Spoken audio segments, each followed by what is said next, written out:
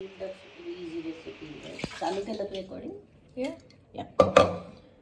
So 1 cup of rice आणि डाळचं mixture. डाळ is 2/3 cup आणि राईस इज 1/3 cup. याच्यामध्ये 1 cup टाकला. And I am adding water. 1 2 3 4 and 4.5. This is खूप अशी पॉरेज सारखी होते, उपम्यासारखी खिचडी. अँड इवन दो गार झाली तरी पण ती अशी घट्ट होत नाही, आरामात खाता येते. म्हणून जास्त पाणी टाकायचं, ती डब्यात पण नेता येते. हळद, जिरं टाकायचं. अर्धा चमचा हळद टाकली मी, हा छोटा अर्धा चमचा. ठीक आहे. मी आता एकच चमचा यूज करते मापाचा. हा पोहे खायचा चमचा आहे साधा, टीस्पून. 1 चमचा जिरं आणि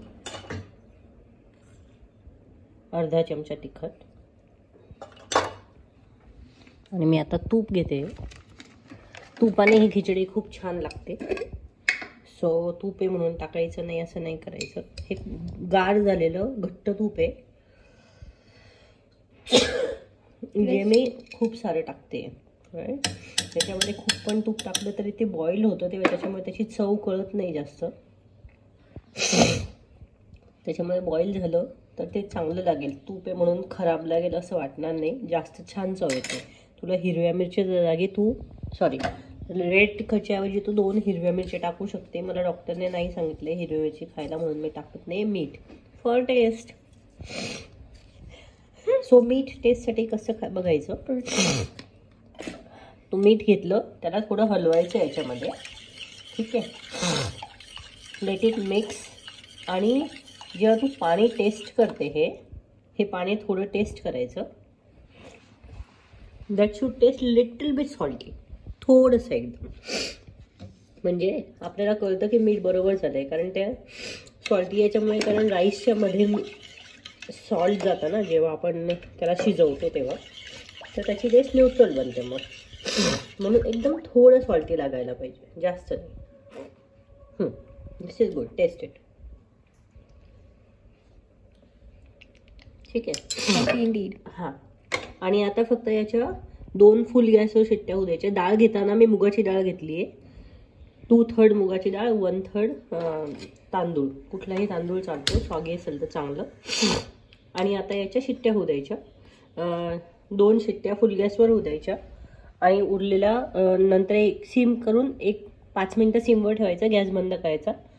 5 ते 10 मिनटामध्ये कुकर होतो. कुकर गाळ झाल्याशिवाय उघडायचा नाही. घाई असेल तर कुकर जेव्हा होतो तेव्हा त्याला असा उचलायचा आणि गार पाण्याच्या खाली पकडायचा आणि शिट्टी अशी वर करायची. जर तुझी शिट्टी आरामात वर होताना आवाज आला नाही तर समजायचं सगळी वाफ गेली आहे. आणि मग कुकर उघडायचा. कुकर कधीच गरम गरम उघडायचा नाही, वाफ आलेली असताना. ओके. त्याला घाई झाली की पाण्याखाली पकडायचं, वाफ कमी होते आणि मग नंतर त्याला उघडायचं. That's it. This is your 1 meal. 1 cup जी खिचडी, 1 कप खिचडी जी बनवली आहे ती 1 कप खिचडी तुला ब्रेकफास्ट आणि लंच पोट भरून खाईल इतकं होईल, इतकी खिचडी बनते. ठीक आहे. बाय बच्चा, ठेवा. बाय.